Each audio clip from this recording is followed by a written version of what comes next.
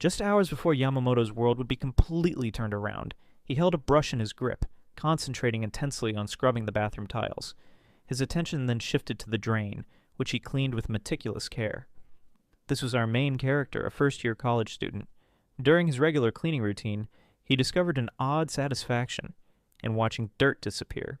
Perched on a stool, he prepared to add the finishing touches, certain he'd leave the bathroom immaculate. Our protagonist believed cleaning was wonderful, because the harder he worked, the cleaner everything became. Cleaning, in his view, consistently rewarded effort, unlike people who could be unpredictable and unjust. Upon completion, he wiped away his perspiration, and grinning, told himself the sensation was amazing. When he glanced at his phone, however, he was startled by the time. After all, he needed to get to his part-time work. Still, he noted that while night shifts paid more, the shop was located in a residential neighborhood and barely received customers after dark, making things more peaceful. Already at work with his chin resting in his palm, he contemplated how tedious it all was. Seated before the register computer, he reflected that even for a night shift, business was slower than normal, and he even questioned whether the store could survive operating this way. Something on one of the security monitors grabbed his attention. He spotted the silhouette of a customer entering the establishment. Soon, the customer approached the counter and set her items down. He was quickly taken aback when the customer addressed him by name. She mentioned it had been quite some time since they last encountered each other, and he immediately recognized the voice with ease. Our protagonist was stunned, hardly believing who stood before him. It was her, a former classmate from high school. Her name was Hayashi. He couldn't fathom that she was also living in Tokyo. Hayashi then inquired if he lived in the vicinity, and he responded that he resided in a nearby apartment. Returning the question with a subtle smile, she confirmed that in a sense she did as well. Next she asked which university he was attending, and upon learning it was University K, she praised him, saying it was remarkable and that he had always been intelligent. That exchange had left him utterly bewildered, and he wondered why on earth Hayashi was engaging in casual conversation with him. While scanning her purchases, he observed that something like this would never have occurred in high school. Only 4 months had passed since graduation, and she appeared completely transformed. His mind then transported him back to their high school days, recalling what Hayashi had been like then. In his memory, she appeared in class, yawning without concern for anything surrounding her. Suddenly, an eraser tumbled from her desk. Quickly, he turned his head, looking at the object beside him. Meanwhile, the girl gazed absent-mindedly through the window, her face resting in her palm, completely oblivious to her belongings. At that moment, a dilemma entered his thoughts, and he wondered whether he should retrieve the eraser or simply ignore it. Muttering to himself, he decided it was better to pick it up, imagining that if he didn't, she'd likely complain later. So he bent down and collected the eraser from the floor. However, when he turned around, he was startled because she was staring at him with revulsion. Still, he placed the eraser on her desk, mentioning she had dropped it. Her reaction, however, was pure contempt. Our protagonist was completely puzzled by her response, and wondered what was wrong with that girl. Despite everything, he remembered that in high school she possessed a beautiful face, numerous friends, and was consistently popular with boys constantly confessing to her. He even recalled witnessing one of those confessions being rejected. In his memories, a boy confessed to Hayashi. Yamamoto conversely said he could never comprehend what others found appealing in her. The boy who confessed seemed extremely bashful, anxiously awaiting a response. Her reaction, however, was filled with scorn. She placed her hand on her hip and released a frustrated scream, leaving the boy completely stunned. Due to such behavior, at some point she earned the nickname the Arrogant Queen. Returning to the present, he concluded he had no pleasant memories of her, and that it was best to avoid involvement. So, adhering strictly to his job, he asked if she needed a bag. However, glancing away momentarily, something caught his eye. Her wrist revealed bruises. Shocked by what he observed, he gestured toward her arm. Caught off guard, Hayashi quickly grasped it, attempting to conceal the marks. Concerned, he asked what had happened to her arm. She in turn just looked away, remaining silent and visibly uncomfortable. Nervously, she gripped her shirt sleeve tightly. In his thoughts, he found it strange that she was wearing long sleeves in the middle of summer. He concluded that it wasn't normal, and that she was probably hiding something even worse beneath. His worry increased, and he was certain that whatever was concealed under that blouse had to be more serious. Then, with a melancholic smile, she admitted that she had been struck, and that the one responsible was her boyfriend. The revelation left him completely paralyzed. Attempting to learn more, he inquired about her boyfriend. Soon she explained that he was at home and that they cohabitated. However, Hayashi didn't seem concerned, and, acting like her former self, turned her face away, annoyed by his questions. Then she scolded him, saying he always spoke too much. Without uttering another word, she turned and walked toward the exit, leaving him behind. With that, he concluded with a sigh that she always despised him, and he tried not to care about the situation. However, her words resonated in his mind. He remembered how she had confessed her boyfriend struck her and wondered why, of all people, she had revealed that to him. Then it occurred to him. He asked himself if the feared queen had shown him a vulnerable side, but he soon panicked upon realizing she was returning home, fearing her boyfriend might harm her again. Driven by impulse, he called out to her with a hesitant voice. Then he leaned over the counter and shouted for her to stop. Determined, he made an unexpected offer, telling her to stay at his place that night. Her reaction, however, was filled with anger, and upon noticing his expression, she misunderstood everything, thinking he had ulterior motives, when in fact, he only wanted to help. With his hands raised in surrender, he tried to explain, assuring her he wouldn't do anything and that if she didn't trust him, he'd give her his spare key and spend the night at an internet cafe. Our protagonist simply insisted that she not return home that night, or better yet, that she seek out her parents and return to their house. But the girl revealed that her parents had disowned her, which left him completely shocked. She then explained that when she told them she'd be living with her boyfriend, her parents became furious and threatened to cut her off. Because of that, she ended up dropping out of college. With that, a heavy silence fell over the place, as the two remained standing before the counter. Still releasing a sigh, he insisted that she shouldn't return home that night. He then said he'd get the spare key and would also send her the address by text. However, to his surprise, she declined, saying she didn't need the key, which left him confused. Hayashi then said she would wait, and with her head down, she finally clarified that she would wait until his shift concluded. As she spoke, her hands nervously twisted a lock of her hair, revealing her anxiety. Then he said his shift would end in about an hour and suggested she read a magazine or something to pass the time. While waiting, he remembered how Hayashi had been in high school, the queen, who was always surrounded by people and seemed beloved by everyone. However, he thought that image didn't match the girl standing there now. The sight of the bruises on her arm returned to his mind. It left him completely speechless. Shortly after they arrived at the building where he lived. Upon entering, he boasted about how tidy the place was, but she, with her usual bluntness, commented that it looked more like it was empty. He then asked her to sit and said he would get her some barley tea. As the ice cracked in the glass, he thought that even at that moment, Hayashi's presence in his room felt completely surreal. Soon, he concluded that even though everything had happened naturally, the situation still made him extremely nervous, even if he had no intention of doing anything with her. She then picked up the glass and drank the barley tea in a quick gulp. Breaking the silence, and Hayashi remarked with a slight smile that she couldn't believe she now owed him a favor. He, on the other hand, said he didn't see it that way since he had just done what anyone would have done. She then started to open up and said they both needed time to cool off. Trying to understand better, he then asked if her boyfriend was just in a bad mood. With a somber expression, she confirmed, explaining that he didn't usually strike her and that it only happened when things went poorly at work, so she said she should support him better. Surprised, our protagonist commented that this wasn't something the Hayashi from school would have said. Annoyed, she told him to shut up, saying, "People change." Her words made him thoughtful, and he reflected on her idea of hoping it was just a bad day. With that, he said that if her story was really true, maybe he shouldn't have told her not to go home. However, ignoring his thoughts, he said she could spend the night there. Surprised, she thanked him. Still teasing him, she remarked that he too was saying things he never would have in high school.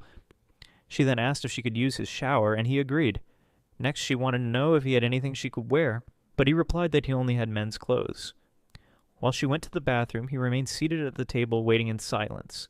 Suddenly, the sound of the shower began to echo through the apartment. The running water made him imagine Hayashi in the shower. A drop of sweat ran down his face, and he couldn't hide how nervous he felt. The image of the queen from school invaded his mind, and he could hardly believe Hayashi was showering in his house. Yamamoto then looked at his watch and thought that maybe he should change as well. His thoughts, however, were interrupted when Hayashi stepped out of the bathroom, saying the shower had been really refreshing. He turned and, visibly flustered, could only stammer. Smiling as she dried her hair with a towel, she commented that his bathroom was excessively clean. However, when he glanced downward, His eyes widened in pure shock at what he saw, because her legs, now exposed, were covered in multiple bruises. He then remarked regretfully that it looked really severe. Hayashi, in turn, just said her boyfriend was a lost cause. Worried, he pointed out that the bruises looked old. Her response, however, was cold and defensive. With a distant look, she just asked what that mattered. Her reaction was a clear warning sign, and he, holding his glass, understood that look meant not to press the subject. Even so, he decided he needed to say something, and remarked that she shouldn't be with someone like that. She then fired back, asking what he could possibly know about her situation. He backed off a bit, saying he didn't know anything and that it was just his opinion, and the decision to listen or not was entirely hers. Still, with his eyes closed, he explained that if something happened to her, people would ask why he didn't stop her and the blame would fall on him. And while she clenched her teeth, he stated he was saying it for her own good. With a serious expression, he asked if she really still wanted to support someone who struck her when stressed. With that, he wondered when she had become that way. Our protagonist remembered how he used to despise her, but now saw that few people could live so selflessly, concluding that she was just being used, imagining it would all be for nothing. He was suddenly overcome with anger. Despite everything, he said that if she still wanted to go back, he wouldn't stop her. Hearing his words, Hayashi just looked away. Immediately, he regretted what he had said. He thought it was a reflex and wondered if he had gone too far. Surely she would definitely get upset. Even so, he resigned himself to the situation, thinking that if she didn't take his words seriously, there was nothing else he could do. Then, with a sad smile hugging her knees, Hayashi agreed that it would all be awful. Changing the subject, he said he was getting sleepy and offered his bed for her to sleep in, saying he'd sleep on the floor. She, in turn, thanked him as she got under the covers. As he moved away, he watched her. Our protagonist advised her not to rush, saying she should take some time to think about everything. She then teased him, saying he sounded like an enlightened monk, and that it was no wonder he never got a girlfriend. He in turn wondered if that was why he was still single. Without saying another word, he pulled the curtain, leaving the room in complete darkness. A short while later, he threw himself on the floor, and even in the cold began to fall asleep. The night went on, and the two remained in their separate spaces. However, Yamamoto soon muttered that there was no way he could fall asleep. Suddenly, Hayashi turned and looked at him. Her expression was unreadable. She then called out to him, breaking the silence of the room. Next, she turned toward him and in a soft voice made a shocking suggestion, asking if he wanted to do it. Hearing that, Yamamoto's eyes widened. He panicked, stammering and asking what she meant by it. Desperate, he explained that he had only let her stay on impulse and that he hadn't intended anything else. Sweating cold, he wondered if she was just messing with him. Suddenly, his body was wrapped in an unexpected embrace, and he let out a scream. Then Hayashi started laughing, and surprised, he asked what she was doing. With a subtle movement, she slid her leg over his, getting even closer. Completely confused, he asked if she had embraced him just to see if he was awake. Totally embarrassed, he asked who had given her permission to embrace him. But whispering in his ear, she said it was just an embrace. He considered for a moment mentioning her boyfriend, but quickly realized it wasn't the right time and swallowed the thought. Breaking the silence, Hayashi looked him straight in the eyes and asked if he was a virgin. The question caught him off guard and embarrassed. He looked away, unsure how to answer. Trying to keep his composure, he denied it, but she immediately called him a liar. Still, she said his reaction was in a way endearing. Completely embarrassed, he told her to shut up. In an impulse, he grabbed her wrist. His expression, however, turned serious. Hayashi then started to open up, saying her boyfriend wasn't always like that, and that he used to be kind and attentive, doing everything she wanted. She went on explaining that everything changed once they started cohabiting. The poor girl confessed that he began striking her whenever his mood shifted, even when it wasn't because of work. She tried to justify it, saying his feelings were just confused. A painful memory then came to mind where he humiliated her for not earning money. But when she offered to work, he belittled her, questioning what someone with only a high school diploma could even do. After the confession, a heavy silence fell over the room. Then Hayashi remarked that it wasn't a very entertaining story, and with a melancholic smile told him to go to sleep. Ignoring her suggestion, Yamamoto simply said her with empathy that she had been through a lot. His words caught her completely off guard, and her eyes widened in shock. Confused, she asked what he had said, but Yamamoto, embarrassed, asked her to forget it. However, she insisted, asking him to repeat it, but he just sighed and told her to go to sleep. With a faint smile, she called him a lost cause, and he, still flustered, retorted, asking who she thought she was.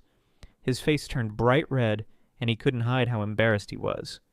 A genuine smile then formed on the girl's lips. Getting closer to him, she whispered that it had been a long time since she had heard something like that. And so, unexpectedly, the two began cohabiting. The next morning, our protagonist groaned as he slowly awakened. As he sat up, he wondered why he was sleeping on the floor. Suddenly he was surprised, and his gaze was immediately drawn to the girl lying next to him. He saw Hayashi sleeping peacefully, and the memories of the previous night came rushing back. With a sigh, he remembered why he was in that situation. Watching her tranquil face, he couldn't help but think how drastically she had changed since their high school days. A little later, the sound of vegetables sizzling in the pan broke the morning silence. The noise in the kitchen woke Hayashi, who grumbled and stretched slowly. Still groggy, she watched him in the kitchen, and little by little, the memories of the previous night came back to her. Tired, she wished him good morning and complained that her whole body was sore from sleeping on the floor. He, in turn, said he had insisted that she use the bed, and that there was no need for such sacrifice on her part. Curious about the smell, she came closer and asked if he was making yakisoba, and he confirmed. Surprised, she asked if he knew how to cook. He modestly replied that he knew a little, and asked her to wait as the food was almost ready. Still a bit skeptical, she asked again if he was sure. Shortly after, 2 steaming plates of yakisoba were served on the table. The noodles looked delicious. Without hesitation, Hayashi grabbed a generous portion and started eating enthusiastically. With her cheeks full, she chewed eagerly and with shining eyes said it was amazing. Distracted with his phone, he thanked her for the compliment, but soon after teased her, saying she had terrible manners. He then apologized, explaining that the habit of using his phone during meals came from living alone for so long. After finishing her meal with hands clasped in a gesture of gratitude, she thanked him for the food, saying it was really good. He, however, tried to downplay the compliment, saying he had just followed the instructions on the package. Annoyed, she scolded him, telling him not to ruin the compliment she had just given, and he, embarrassed, apologized. Next, she offered to wash the dishes, but he stopped her, saying she was a guest. Hayashi insisted, saying it was her way of paying for the food and shelter, but he, irritated, told her to shut up, saying it was unnecessary. Changing the subject, the girl asked if he had a hair tie, but he said no, though he mentioned having rubber bands if she wanted. She complained, asking if he knew what happened when you tied your hair with a rubber band, explaining that it hurt and pulled out strands. He defended himself, saying he had no way of knowing, and offered plastic ties instead, and with that, she ended up accepting. Holding the elastic with her mouth, she began tying her hair into a ponytail. Meanwhile, Yamamoto watched her in silence. After that, she went to the kitchen and started washing the dishes. Lying down, he looked at his phone, but his thoughts were on her, and he wished she could at least relax while she was there. Shortly after, the two sat at the table, and he said it was time to talk about the next steps. With a serious expression, he stated that in the end, everything would depend on what she wanted to do. Head down, she agreed, but confessed she was afraid of regretting making the wrong choice. He then advised her to try to look at the situation objectively to decide what she wanted so there wouldn't be regrets. However, she asked how he could be so sure of that. She explained that it wasn't always possible to see things objectively and that sometimes people were just overwhelmed by emotion. With teary eyes, she concluded it was impossible to say someone would never regret a decision. Our protagonist disagreed, saying it wasn't impossible, but she insisted it was. He then reassured her, promising she would be okay. But skeptically, she asked how he could know that. And, well, his answer left her flustered as he simply said it was easy. And with a thumbs up, he declared that's exactly why he was there. With that, an awkward silence settled between them. Realizing he might have overdone it, a bead of sweat began to roll down his face. He then composed himself and explained that if she was afraid to decide alone, she should talk to someone and offered to listen. Teasing him, she said that didn't suit him at all, and he almost seemed like someone trustworthy. However, he immediately said he was just being selfish and trying to impose his own opinions. Then she covered her mouth with her hand and commented that he was always so indirect. He then proposed that they think things through together and asked her to first tell him about her relationship, even if it was hard. And so, Hayashi began telling everything that had happened since she moved to Tokyo. Though she tried to make a few jokes to ease the tension, her story was far from amusing. By the end of the story, a forced smile appeared on her face, and he couldn't understand why that reaction after telling such tragedy. She then explained that her boyfriend wasn't always angry and that he also apologized. With that, our protagonist explained that domestic violence followed a cycle. He then explained that it all started with constant irritation, and then came the violent outburst, and finally the regret. Always too late to fix anything.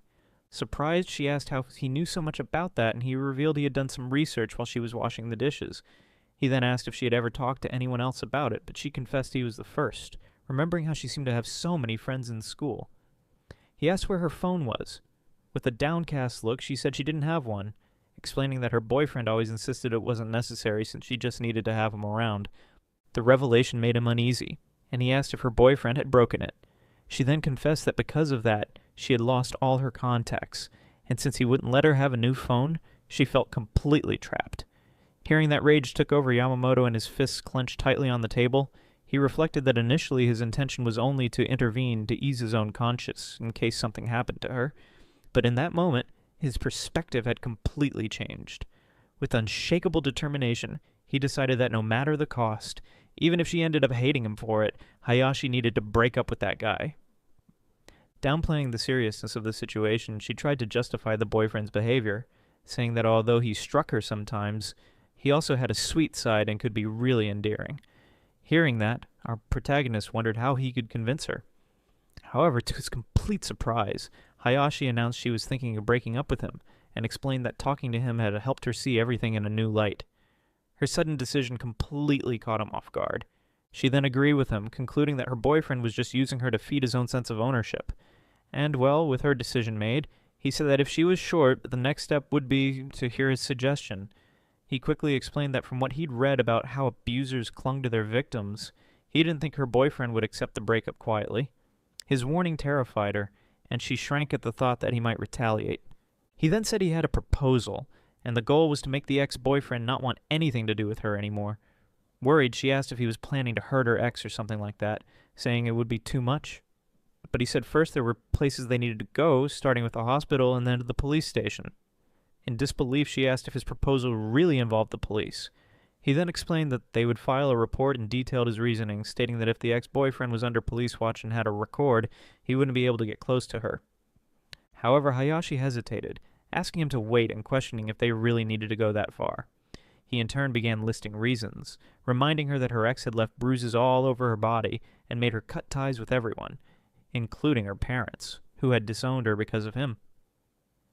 Our protagonist emphasized that the ex had destroyed her phone, leaving her completely isolated with the clear intent to imprison her. With that, he confronted her directly, asking if even after all that, she still didn't want to involve the police. A heavy silence settled in the room, and Hayashi remained with her head down. Yamamoto watched her, patiently waiting for an answer. However, the bruises on her legs seemed even heavier in that moment, and he confronted her, asking if she hadn't said she was ready to leave him. She argued that breaking up and pressing charges were two very different things. And, well, to her surprise, he simply agreed, saying he understood, and that they wouldn't go to the police, which left her stunned. Our protagonist then explained that he was just someone she was talking to, and even if he thought it was the right move, it was natural that she felt differently. Hayashi agreed, and asked that likewise if something bothered him, he should just say it just as she had. He then said that in that case, he asked that she take what he'd said a little less seriously. With that, the girl also said he could speak up if there was ever something about her that bothered him. With that, he said doing things that way was more efficient. She then said he could have phrased that a bit more gently, but he, with his completely robotic way, asked what that would even sound like. Anyway, he clarified that they wouldn't go to the police for now, since it wouldn't make sense if it only caused her more pain. At which she replied that he should have said that from the start. He then continued, suggesting she stay at his place for a while. Immediately she pulled away, misinterpreting his intentions and asking if that's what he had wanted all along, leaving him confused about what she meant. Annoyed, she called him pathetic, and he in turn shouted, asking what she thought he was trying to do. He then explained his logic, reminding her that since she lived with her ex, she couldn't just go back there, which made her realize her mistake. Next, he mentioned that her ex was probably already looking for her like a maniac at that very moment. He said that was exactly why he had made that suggestion, and recommended she not leave the apartment for a while, to which she reluctantly agreed. He then said there was one more thing, something she would need to do even if she didn't like it, and she curiously asked what it was. Suddenly her eyes widened. In his mind, Yamamoto hoped she would understand the situation, because if she did, everything would go much faster. Completely tense, Hayashi nervously gestured as she covered her chest with her hands. But then she made it clear she wouldn't mind. After all, in the end, he was just trying to help, and that was enough for her to accept it. Hearing that, Yamamoto immediately realized she was misunderstanding everything. He realized that once again, she had gotten the whole situation wrong. Then she began to state her conclusion, saying that she already knew what he wanted and accused him of wanting full access to her body. He in turn told her to stop talking nonsense, but she, irritated, asked what was so stupid about what she said. He then confronted her, reminding her how she had been all over him before they slept, and with that asked if she was fine with one night, but couldn't deal with it every day. A little embarrassed, he then wondered if maybe she just hated being treated like an object and concluded head down that his theory was probably right. He then advised her not to agree to something she didn't want to do, which left her confused. And pointing at her, Yamamoto finally clarified what he meant. He gestured toward her arm resting on the table covered in bruises. He then stated that she needed to go to the hospital. Then it finally clicked, and she understood the true meaning of his words. With her hands together, she finally agreed. Even so, he couldn't help but wonder why her voice sounded a bit disappointed. As they headed to the hospital, he concluded he would probably never understand how the Queen's mind worked. The medical report made it clear how serious the situation was, pointing to bruises scattered across her body and a torn ligament in her wrist that required immediate attention. After leaving the hospital, the two walked silently along the sidewalk. The atmosphere between them was heavy. Yamamoto recalled how, at the hospital, Hayashi tried to dodge the doctor's questions about the origin of her injuries.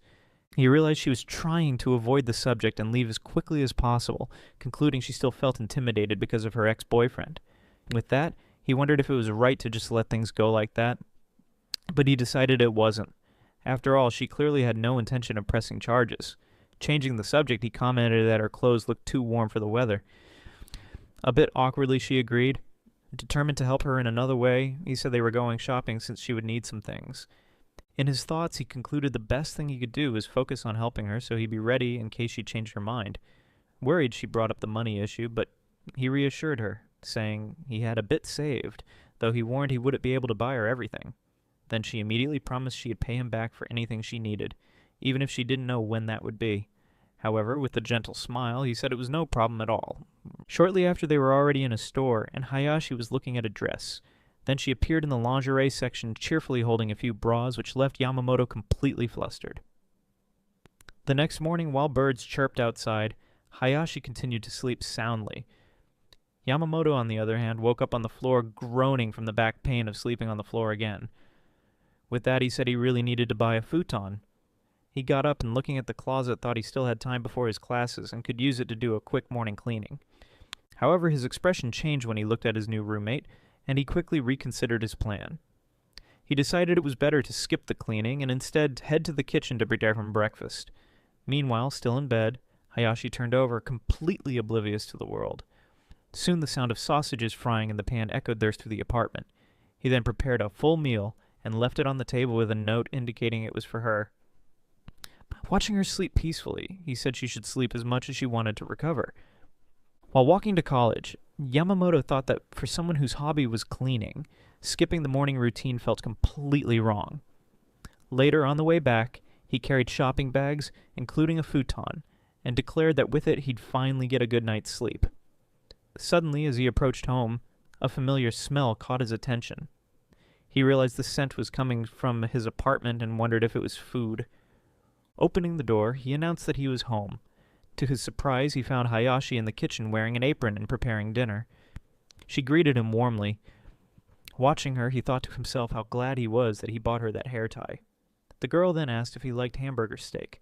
Surprised by the gesture, he said she didn't need to wait for him to cook, and that he could have made dinner when he got home. But Hayashi replied that since she was staying there, cooking was the least she could do.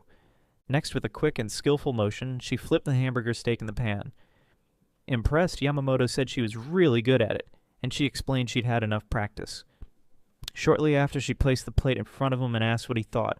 Impatient, she pressed, asking directly if he liked hamburger steak or not. And, well, he replied that he didn't hate it. With that, she said that was a pretty evasive answer. As he stepped away, she called him, and he in turn asked what she wanted. While putting away his groceries, the girl said she wanted to talk about something after dinner. A moment later, our protagonist seemed to sense something was off. Looking at the plate in front of him, a doubt crossed his mind. He wondered if he had even bought ground beef. Hayashi, however, seemed unaware of his thoughts.